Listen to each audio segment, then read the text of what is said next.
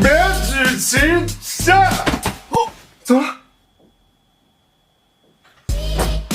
又说梦话，我真服了。再睡一会儿吧。有没有了？你给我等着！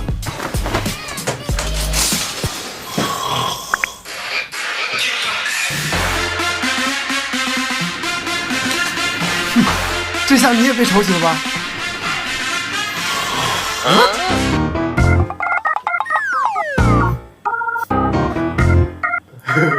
真香！喂！哎，我错了，还知道道歉啊？主人。还不行，还不行，还不行！我操，你干啥？我脸怎么这么疼？哎，你知道你睡相真的很差吗？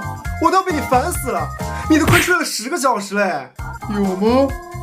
我看我这就睡了9个小时啊！哎，那你以后睡觉能不能不要这么吵了？